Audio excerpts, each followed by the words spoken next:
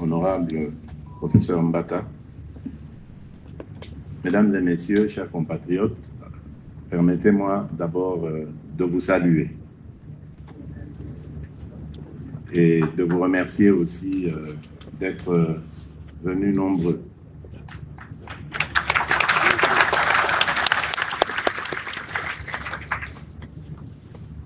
Mon adresse de ce soir va s'étaler sur tout ce que nous avons entrepris comme action jusqu'ici, parce que vous êtes en droit de le savoir, à travers vous, le peuple congolais. Mais également, je vais aussi faire un constat par rapport à ce que j'observe autour de moi, à travers mes compatriotes et à travers l'environnement même, tant national qu'international. Je vais parler avec vous, vous dire ce que j'ai sur le cœur.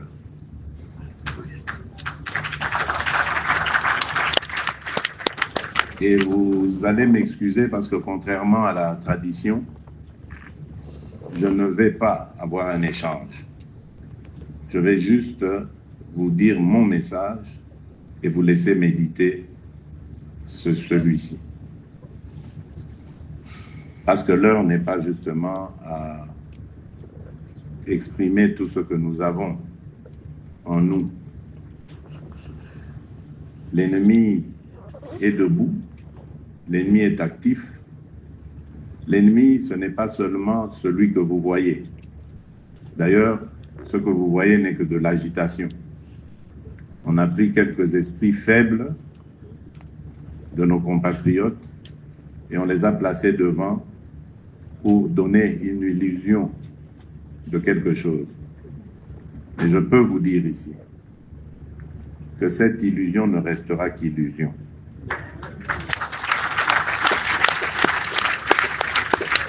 Elle ne se transformera pas en réalité. Parce que nous n'allons pas perdre ce combat. Je l'ai dit depuis le début, croyez-moi, je le maintiens. Je savais que l'ennemi était très fort. Mais nous sommes encore plus forts que lui. Seulement, je crois que, comme toujours, malheureusement, nous sommes distraits. Les Congolais, nous risquons beaucoup de choses parce que nous sommes tout simplement distraits. Distraits par nos petites querelles intestines, distraits par la manipulation, justement, de l'ennemi. Et aujourd'hui, avec les réseaux sociaux, ça va vite, ça va fort. Et distraits par nos relents tribaux qui parfois sont vraiment suicidaires. C'est pour ça, depuis que je suis à la tête de ce pays, je n'ai cessé de prêcher l'unité entre nous. Au-delà de ce que nous sommes comme ressortissants de telle ou telle tribu, province, ça n'a pas de sens. Nous appartenons à une seule et unique nation, c'est la RDC, la République démocratique du Congo. Nous devons surpasser nos égos, nos relents tribaux et nous unir. Parce que l'ennemi veut de cette division, justement. Et il joue sur cette corde sensible pour ne pas avoir en face de lui des Congolais debout, déterminés. Parce que ce n'est que ça notre force, c'est d'être déterminés. Et c'est ça qui va faire reculer et l'ennemi et ceux qui sont derrière l'ennemi. Alors, la première des choses que je voudrais vous dire ici, c'est que ce combat, nous l'avions entrepris sur plusieurs fronts, comme vous le savez. Il y a le front diplomatique, qui est le premier d'ailleurs qu'on avait mis sur pied, mis en place. Ensuite, il y a le front militaire, parce que l'attaque s'est matérialisée. Et puis il y a le front politique. Et dans le front politique, nous avons vous, les représentants du peuple, mais également le peuple qui nous donne cette souveraineté, cette légitimité que nous avons. Et je vais donc vous expliquer ce qui se passe sur ces trois fronts. Sur le premier front, évidemment, point n'est besoin de vous le dire, vous le vivez. Les victoires s'engrangent, certes, mais il y a encore beaucoup à faire. Donc, ne dormons pas sur nos lauriers en nous disant, ça y est, c'est la première fois, c'est vrai, ce qu'on a vu. Mais nous devons continuer.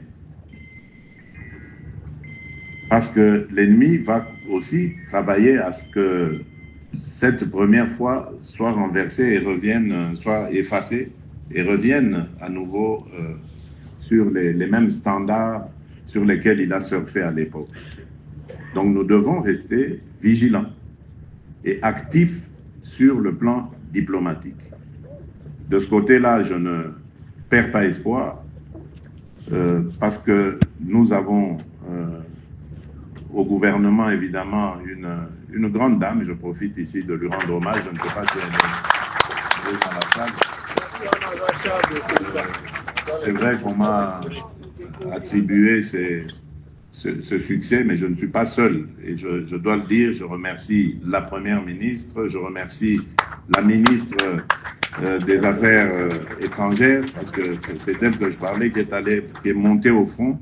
C'est vrai que c'est avec nos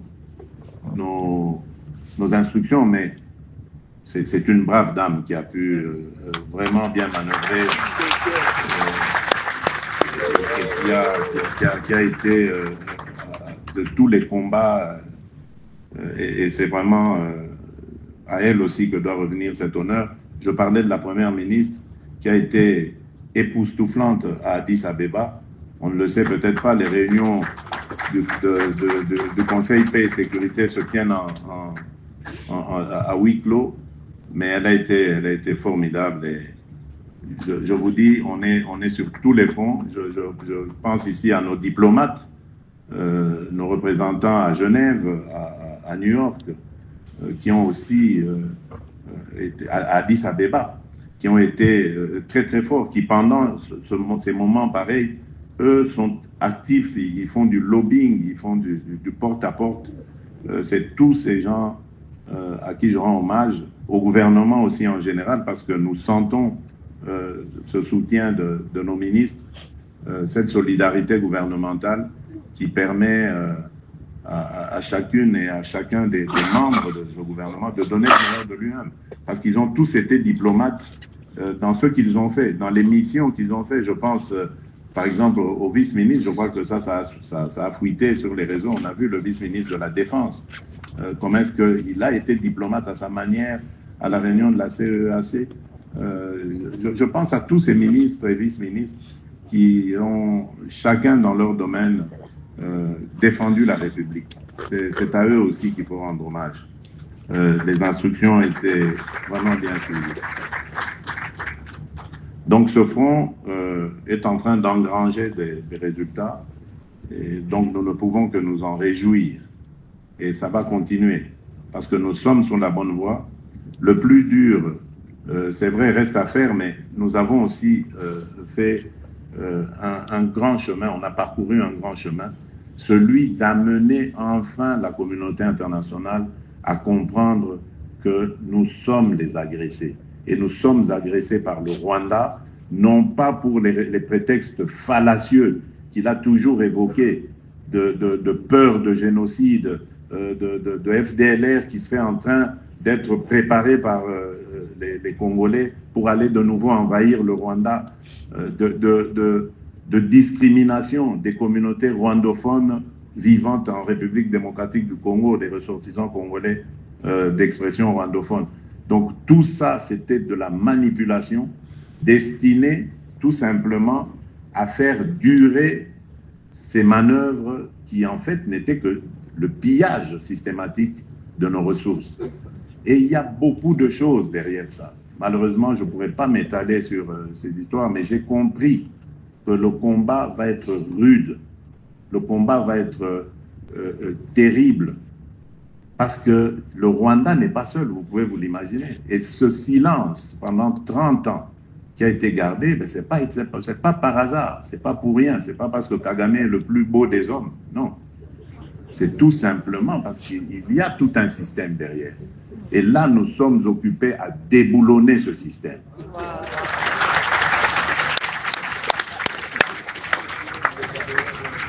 Ensuite, il y a le front militaire. Et là, il y a beaucoup à dire.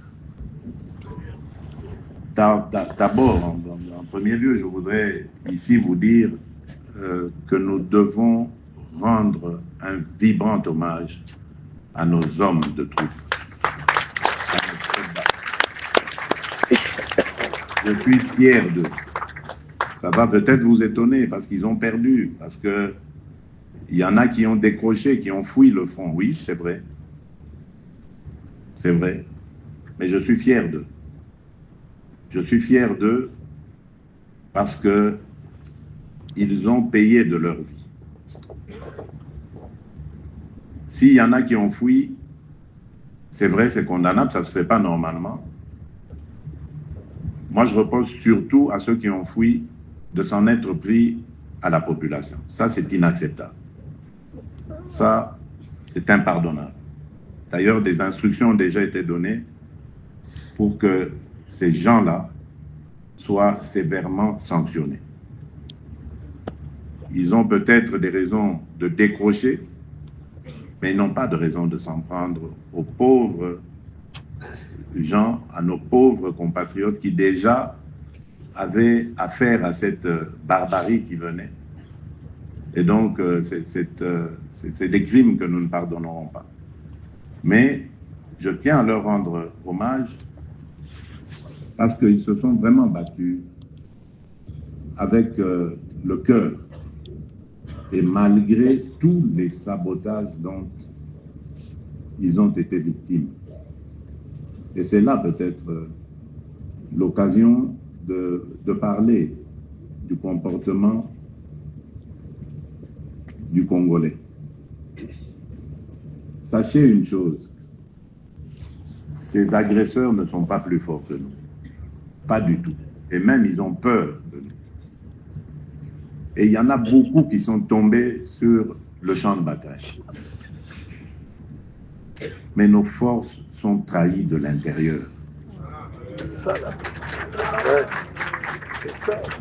Tous ceux qui sont chargés de les encadrer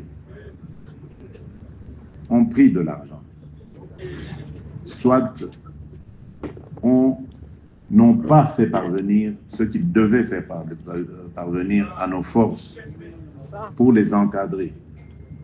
Imaginez-vous que des hommes de troupes au front se retrouvent sans soutien pendant une semaine, sans ravitaillement, sans instruction même pour dire qu'est-ce qu'on fait après, et qui voient venir finalement l'adversité, l'hostilité. Ils n'ont pas d'autre choix que de se replier. C'est pour ça que je dis, ce sont des braves, mais il ne faut pas encourager ceux qui, en se repliant, s'énervaient, ils exprimaient leur colère sur de pauvres citoyens qu'ils étaient pourtant chargés de protéger. Ça, c'est inacceptable. Mais les vraies responsabilités sont au sein même de l'encadrement de nos forces armées. C'est là que tout s'est joué. C'est là que tout a été boutiqué, en complicité évidemment avec des compatriotes, pour retourner nos hommes, les décourager. Et nous sommes donc en train de reconstituer tout ça. L'objectif étant désormais de monter une armée qui sera suffisamment professionnelle, mais surtout suffisamment prise en charge. Et pour cela, Des instructions ont déjà été données très clairement au gouvernement. D'abord de doubler la prime, la solde, mais également d'accorder une prime significative, on parle de 500 $, si je ne m'abuse, à chacun de nos soldats qui sera au front. Mais ça ne s'arrêtera pas là. Il y a une refonte qui va devoir être nécessaire, refonte totale de notre armée. Malheureusement, c'était en 2022 que j'allais entamer ces réformes, et c'est au moment où l'ennemi a décidé de nous attaquer. Est-ce qu'il était au courant de cela? Je ne sais pas. Mais c'est depuis lors qu'on nous fait cette guerre. Parce qu'on ne veut pas justement que la République démocratique du Congo possède une armée qui serait alors là suffisamment dissuasive pour pouvoir maintenir l'intégrité de son sol. On a besoin toujours que notre armée soit fragile, et malheureusement, c'est depuis, si vous vous souvenez, on a fait ensemble l'histoire, on a parcouru ensemble l'histoire de notre République. C'est depuis 1997, lorsque le régime du maréchal Mobutu a été renversé, que notre armée a été complètement démantelée. Souvenez-vous qu'il y a eu à la tête de notre armée un Rwandais, dont la mission a été justement de tout s'aborder. Et même nos camps, tels que les camps de Kotakoli, tout ça, ont été pillés systématiquement. Tout a été pris et envoyé au Rwanda. Donc c'est pour vous dire que la stratégie, elle était déjà bien montée et elle consistait à complètement anéantir tout système de défense de la RDC. Et c'est pour ça que vous avez vu que dans toutes ces crises qu'il y a eu, à chaque fois, on aboutissait toujours par des brassages et des mixages. Parce qu'il ne fallait pas que l'armée congolaise puisse être rebâtie de manière professionnelle. Il fallait l'infiltrer et l'affaiblir de l'intérieur. C'est pour ça que vous entendez, je reviendrai là-dessus,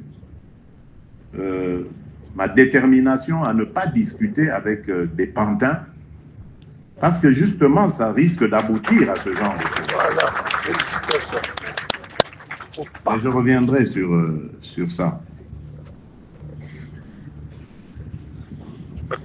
Et donc, le troisième front que nous avons ouvert, et pour moi, c'est celui qui marche le moins, parce que le front militaire, je l'ai dit ici, j'ai simplement évoqué les faiblesses, mais il y a des points forts. Et c'est sur ces points forts que nous sommes en train de nous appuyer pour repartir de plus belle. Mais le troisième front, c'est celui qui me déçoit, je dois vous l'avouer. Lorsque j'ai bâti cette union sacrée, je me rappelle, je vous ai dit, ne soyons pas distraits. Ne soyons pas distraits parce que ceux qui voudront mettre à genoux ce pays, ils vont passer par nous, la classe politique. Et ils vont compter sur notre distraction pour dépiécer le Congo et pouvoir mieux le dominer. Et je crois que nous sommes en train de leur servir le plat qu'ils voulaient justement pour en arriver là. Par notre quasi-silence. Quasi. Parce qu'il y a des braves. Je ne vais pas tous les citer, mais le VPM Jean-Pierre Bemba,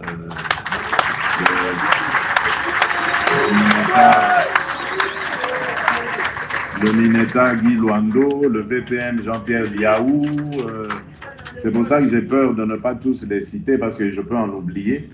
Mais j'ai vu des gens montés au créneau sans avoir reçu l'instruction de quoi que ce soit. Ils ont pris l'initiative pour dire à notre peuple, levez-vous, dire à nos jeunes, enrôlez-vous dans l'armée, parce que c'est le moment de défendre notre patrie. Mais je n'en ai pas vu beaucoup, je suis désolé. Je suis désolé. C'est là la distraction.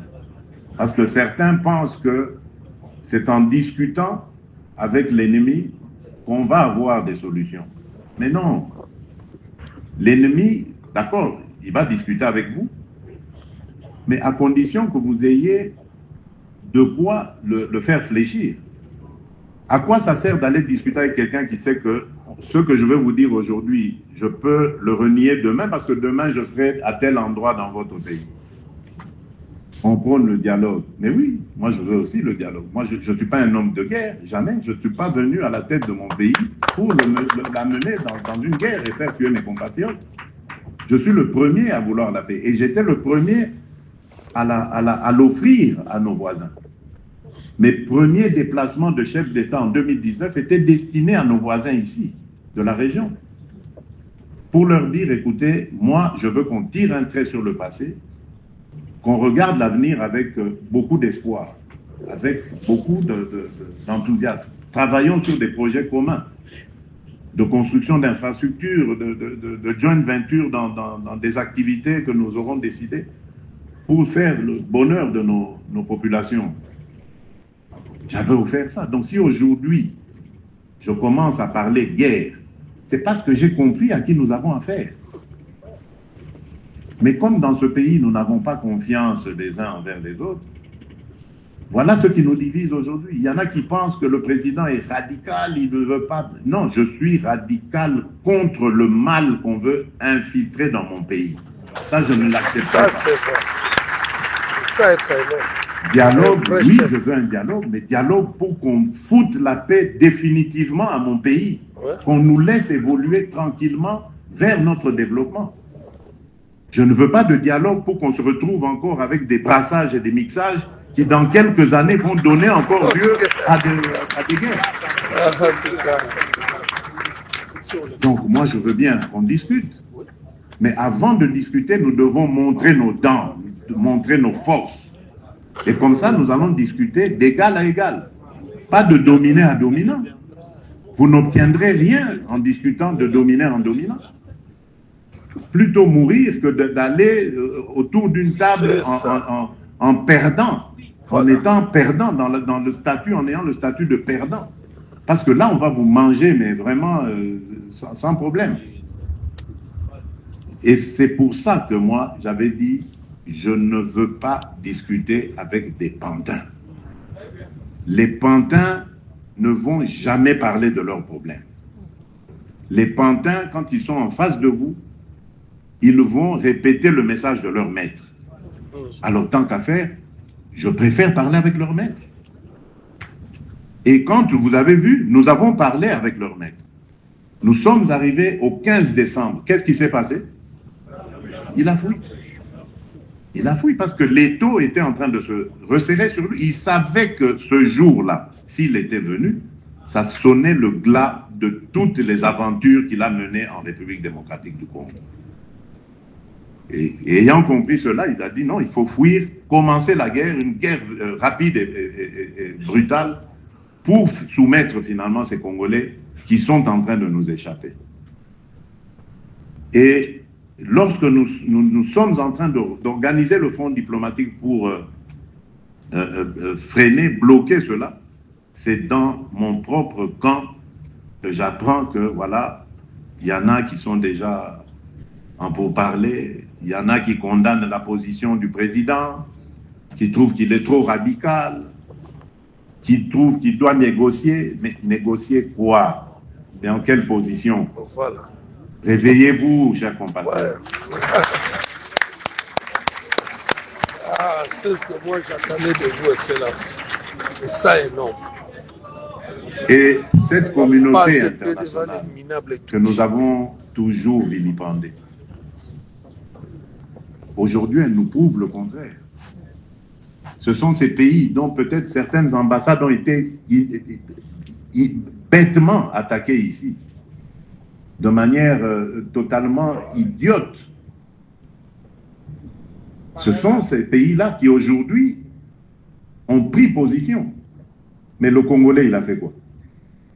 La classe politique, vous avez fait quoi? Nous avons toujours condamné, oui, mais oui, les Français, oui, les Américains, ils sont complices. Mais voilà, eux, ils ont posé leur acte, ils ont montré. Mais voilà, nous sommes toujours comme ça, nous les Congolais, nous aimons toujours être pris en charge. Les autres doivent parler pour nous. Les autres doivent faire des efforts pour nous. Nous, on doit continuer à danser, manger, boire, et tout, voilà. Et ça, c'est inacceptable. C'est le moment de nous lever et de dire en une seule voix à la communauté internationale, d'abord, merci pour ce qu'elle fait, elle est aux côtés de notre peuple, et leur dire que c'est nous qui allons maintenant passer devant et espérer avoir toujours leur soutien. La communauté internationale aujourd'hui, elle a compris. C'est le moment maintenant de l'encourager à continuer de nous soutenir. Et non pas le moment de vilipender des pays ici et d'attaquer leurs ambassades. Ça, la prochaine fois que ça se refait, je crois que les coupables qui seront pris seront condamnés à vie à être en prison. Parce que c'est vraiment de la trahison qu'ils font contre notre peuple. Et vous voyez que ceux-là que nous vilipendions hier, c'est aujourd'hui eux qui sont devant, en train d'affaiblir l'ennemi. Donc pensons aussi à ce que nous devons faire. Et c'est ça que je dis à vous, classe politique, surtout vous de l'Union sacrée. Parce que je vous avais invité, quand j'avais formé cette famille politique, à nous engager à protéger nos concitoyens, à travailler pour leur bien-être et à sécuriser notre pays. Moi, je n'avais pas fait cette union sacrée pour se partager des postes. Hein. Là, on voit beaucoup d'engouement quand il faut partager des postes. Mais quand il faut maintenant prendre ses responsabilités et défendre ce peuple qui nous a donné sa confiance, on démissionne complètement. On est dans des salons en train de réfléchir à comment discuter, négocier avec un vide, des gens qui vont simplement venir parler au nom de leurs représentants, de leurs parrains plutôt. Donc, le dialogue, je le veux sans aucun problème, mais je ne le veux pas avec n'importe qui. Je veux le dialogue avec des gens qui vont, lorsqu'on va prendre des engagements à se respecter, à rester chacun chez soi, que ce soit alors des engagements qui seront aussi respectés. Donc le dialogue, je ne le veux pas pour qu'on revienne encore dans 2 ans ici avec des guerres, avec certains compatriotes esprits faibles qu'on va aller chercher je ne sais où et qu'on mettra devant pour qu'ils commencent encore à tuer leurs propres frères. Et c'est peut-être ici l'occasion de parler de l'initiative conjointe Cinco-ECC. J'ai, comme vous, appris à travers les médias qu'il y avait ce pacte social pour la paix, initiative louable, qui était proposée par ces hommes de Dieu. Et donc, lorsqu'ils ont demandé à me rencontrer, je n'ai pas refusé. Directement, j'ai accepté. Mais 2 jours avant, j'ai vu dans les médias que Monseigneur Chollet avait parlé de venir à l'appel du président au dialogue, etc. Donc j'ai trouvé ça un peu bizarre et j'ai voulu préciser d'entrée de jeu quand ils sont arrivés, en disant à Monseigneur Chollet que je n'avais pas très bien compris son message, je n'ai pas demandé moi cette rencontre, et que j'aimerais qu'à la sortie, ils précisent que c'est à leur initiative et non à la mienne que cette rencontre avec eux se fait. Parce que moi, le dialogue, je lui ai dit, il est permanent. Et je l'avais déjà dit. Moi, le dialogue, c'est pas aller s'enfermer entre 4 murs hein, et commencer à discuter. Le dialogue, ça a commencé tel jour. Non, non, le dialogue, il est permanent. Même avec mes adversaires. Ma main est toujours tendue pour le dialogue. Parce que je sais que je ne suis pas parfait. je sais que dans ma gouvernance, il peut y avoir des problèmes que d'autres peuvent voir et que moi je ne vois pas forcément. Et ce serait bien de parler avec tout le monde parce que nous appartenons à un même pays. Nous voulons son bonheur. Donc, nous ne pouvons pas nous dire, moi, c'est moi qui ai la vérité, les autres. Non, c'est pour ça que mon dialogue, il est permanent.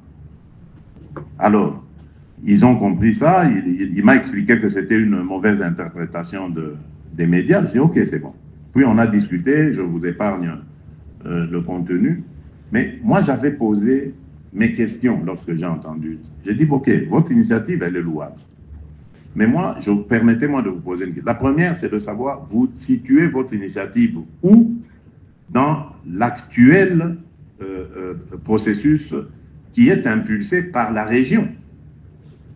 Et nous étions à quelques jours de la réunion conjointe là, qui a eu lieu à Dar es Salaam entre la SADC et la East African Community. Je dis, voilà, nous avons plusieurs initiatives. Il y a d'abord le processus de Luanda et celui de Nairobi. Aujourd'hui, ils sont certes alignés, mais restent toujours distincts et sous le chapeau maintenant d'un seul médiateur, c'est-à-dire le président João Lourenço. Nous avons, je dis dans quelques jours, nous aurons l'initiative conjointe EAC-SADC. Bon, vous êtes où là? Vous la situez où? Ils ont donné une réponse qui m'a indiqué qu'ils se posaient aussi des questions. Hein, donc, ils l'ont dit, voilà, c'est pour ça qu'on vient vous voir, parce que, bon, voilà. Donc, à vous de faire aussi un effort pour comprendre où vous situez. Et puis, mon autre question, c'est de savoir, je dis, bon, vous parlez de Congolais qui doivent se mettre ensemble, discuter. Je suis d'accord, vous le savez. Moi, j'ai toujours été ouvert à toutes ces discussions avec les Congolais. Ça ne s'arrête pas. Mes compatriotes resteront mes compatriotes. C'est avec eux qu'on va bâtir ce pays. Je veux discuter avec tout le monde. Mais, est-ce que vous incluez dans vos interlocuteurs là, qui doivent parler avec moi, des gens qui seront soutenus par l'étranger? Parce que comment voulez-vous que je discute avec des gens qui représentent des intérêts étrangers? Et vous avez d'ailleurs suivi, il y en avait l'un d'eux là qui disait que le Kinyarwanda doit devenir aussi une langue nationale, pourquoi pas, etc. Donc c'est vraiment pour vous donner une indication sur ce à quoi nous avons affaire. Donc je dis, voilà, vous voyez ces bons hommes qui arrivent ici, à la tête d'intérêts étrangers et ennemis aussi, il faut dire. Parce que ce n'est pas des étrangers qui nous veulent du bien. Ces gens, vous les mettez autour de la table, voilà, ils vont discuter entre Congolais, alors qu'ils obéissent à un agenda venu d'ailleurs. Et nous allons arriver à des conclusions qui introduisent plutôt des desiderata de gens qui ne sont pas des Congolais. Alors, comment est-ce que vous espérez bâtir une paix durable avec ces gens? Parce que qu'est-ce qui va se passer? Comme d'habitude, à un moment donné, ils vont créer une scission dans cette histoire-là et récupérer ceux qui auront qui se seront retirés pour les organiser à nouveau et faire la guerre en disant « Ah oui, mais toutes nos revendications n'avaient pas été prises en compte dans votre histoire là-bas de dialogue. Nous recommençons. Cette fois-ci, nous nous appelons M31 ou M14 ou M je ne sais quoi. » Toujours des aventures pareilles. Et ça se fait au prix des vies de nos compatriotes. Je dis, moi, je ne discute pas avec ça. Si vous avez le temps à aller voir ces gens-là pour... voyez-les, amenez-nous leurs revendications. Et c'est ça, en fait, que je suis en train de dire ici. Discutons, oui, mais je maintiens ma position. Je ne discuterai pas avec des pantins. J'ai donné mon quitus pour que ceux qui... C'est depuis 2022, d'ailleurs, je ne comprends même pas pourquoi on me met dans cette... On veut foncièrement me mettre dans cette étiquette de réfractaire à toute discussion. J'avais dit au président Kenyatta en son temps, j'ai dit au président João Lourenço, déjà en 2022, vous voulez discuter avec ces gens-là, allez parler avec eux. et dites-moi ce que eux pensent. Mais ne me demandez pas, ni à moi, ni à mes représentants, d'aller discuter avec eux parce que c'est chercher à nous humilier. Le Congo, le grand Congo, qui va envoyer ses représentants discuter avec un groupe de pantins qui ne représentent rien, j'insiste là-dessus. Rien d'autre que des intérêts d'un pays étranger, voisin, qui veut nous faire la guerre. Alors autant parler avec ce pays-là, oui. Et c'est ce qu'on a toujours fait. Je ne comprends pas pourquoi, dans l'agenda de la communauté internationale, de la région, ce narratif revient toujours. Donc c'est à nous maintenant de faire aussi un effort pour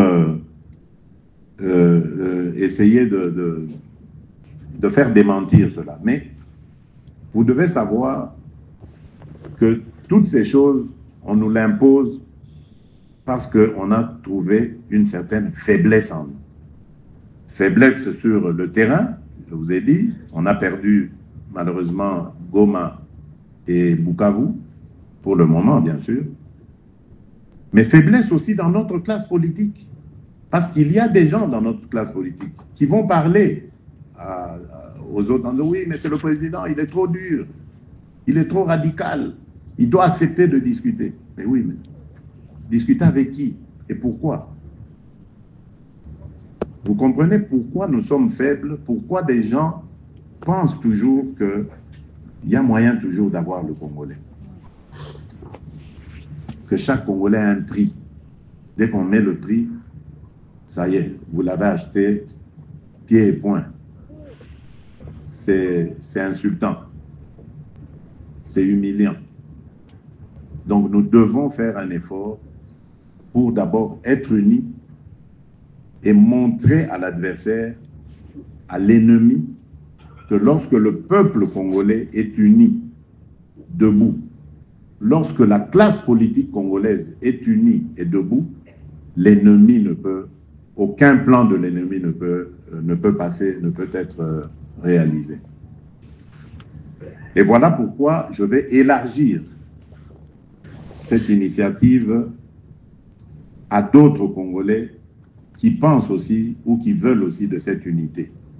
Donc ne soyez pas étonnés dans les jours prochains, parce que je compte charger mon conseiller spécial de voir d'autres Congolais, acteurs politiques, de les inviter à venir dans cette coalition que je veux nationale, forte et indivisible, qui va faire front face à l'ennemi. Je venais de féliciter la communauté internationale.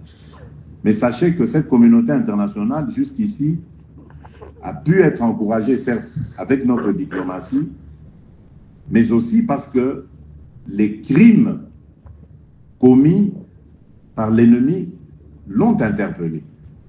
Mais jusqu'ici, la classe politique congolaise ne s'est pas encore, ne s'est pas encore bougé suffisamment pour le convaincre. Parce que je l'ai entendu, j'ai des interlocuteurs qui m'ont dit, mais oui, mais monsieur le président, c'est bizarre, on n'entend pas la classe politique congolaise. On dirait que vous êtes seul. Et j'avais dit, c'est faux. À certains qui m'ont interpellé là-dessus, je dis, c'est faux.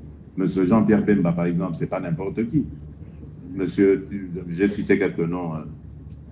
Dit, voilà, c'est pas n'importe qui. Quand vous dites, je suis seul, c'est pas vrai. Vous avez cité notre adorable doyen, le président Mbosso dit Joe Biden. Joe Biden. Je dis, mais ce ne sont pas n'importe qui. Je suis désolé quand vous dites je suis seul. Je ne suis pas seul. Et puis, il y a le peuple congolais. Vous n'avez pas vu les rues. Vous n'avez pas vu tous ces rassemblements. Le peuple est mobilisé. Mais malheureusement, le peuple est mobilisé sans beaucoup de pilotes. Donc, vous savez maintenant, hommes et femmes de l'Union sacrée, ce à quoi vous devez vous en tenir. Vous devez mobiliser ce peuple. Ce n'est que quand ce peuple sera debout partout que ce message va être renforcée dans les officines de la communauté internationale. Parce que ceux qui l'ont décidé, ils l'ont fait sans vous. Et méfiez-vous des choses qu'on fait sans vous. Il faut qu'on entende non seulement votre détermination à ne pas laisser l'ennemi s'aventurer à nouveau dans notre pays, mais qu'on entende aussi ce que vous voulez. Qu'est-ce que vous voulez? Et quand vous me laissez seul dire, voilà, moi je ne veux pas discuter avec des pantins, pendant que d'autres passent derrière pour dire non, mais le président est trop dur, il faut discuter avec eux et tout ça. Alors que ce sont des pantins. Mais vous affaiblissez ma position. Parce que là, on va dire, oui, mais il est seul, le président. Donc, allons, on fait un cessez-le-feu, et puis allez, on les met tous au dialogue. Et le dialogue, là, va nous amener des mêmes problèmes dans quelques années ou dans quelques mois même, d'ailleurs.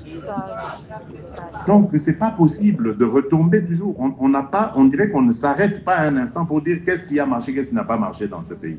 C'est ça qu'il faut faire. C'est ça que nous devons faire, s'il vous plaît, chers compatriotes. Il y en a peut-être qui sont de bonne foi, qui restent là parce qu'ils ne savent pas ce qu'il faut faire. Mais non, c'est... Bitumba et Kangi Biso et Kangi Banamboka. Ne vous en faites pas.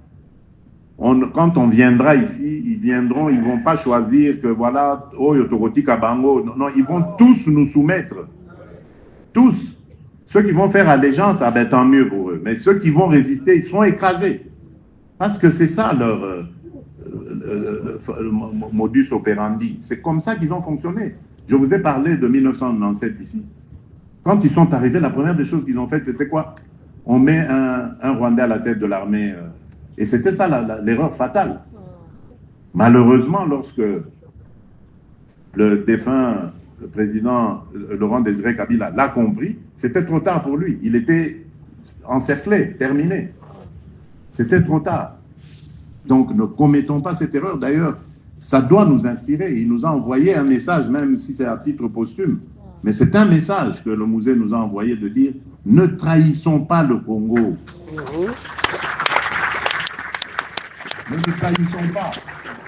Retenons cette leçon pour dire « On ne le fera plus. » Et on ne doit plus le refaire.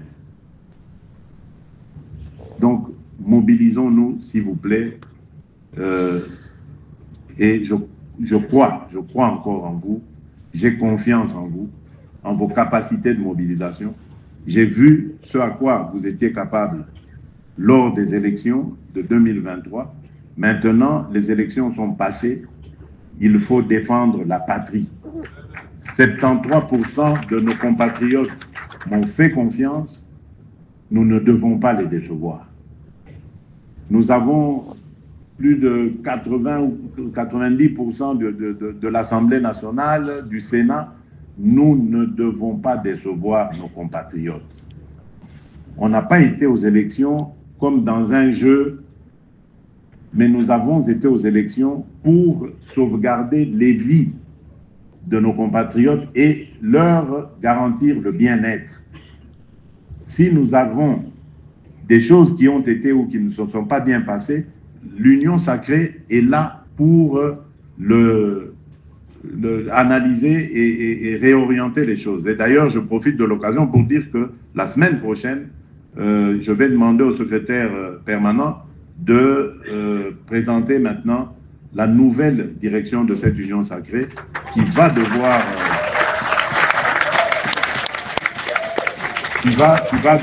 maintenant prendre les choses en main de manière efficiente et impulser vraiment un rythme régulier à notre famille politique. Je ne perds pas espoir et je vous demande aussi de ne pas perdre espoir. De ne pas perdre espoir, au contraire, nous sommes du bon côté de l'histoire et nous sommes du côté de la victoire aussi. Rien n'est perdu. Même pour Goma et Bukavu, rien n'est perdu. Je vous en conjure. Donc ne baissez pas les bras. Nous avons perdu une bataille, 2 batailles, peu importe, mais nous ne perdrons pas la guerre. Donc il est temps de vous réveiller, il est temps de vous remuer. Parce que le Congolais, le peuple congolais a besoin de nous, il a besoin de vous.